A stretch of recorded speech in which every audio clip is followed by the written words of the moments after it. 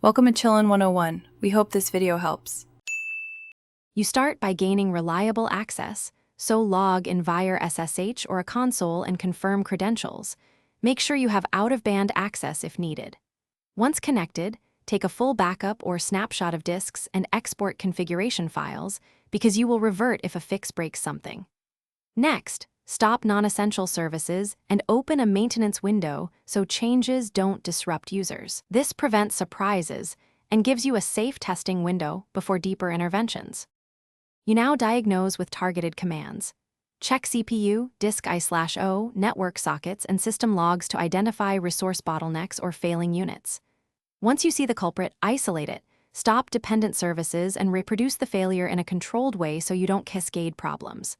Then apply the fix, update packages, correct configuration syntax, repair permissions, or replace corrupted files.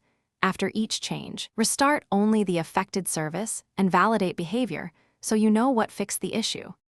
You finish by running comprehensive tests, hidden points, run health checks, and confirm that service response and error rates meet expectations.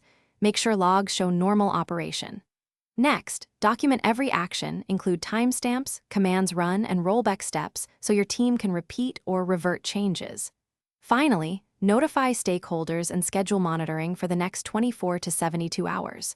Troubleshooting tip: if a change makes things worse, immediately restore the snapshot and compare logs to isolate the regression. Thanks for watching.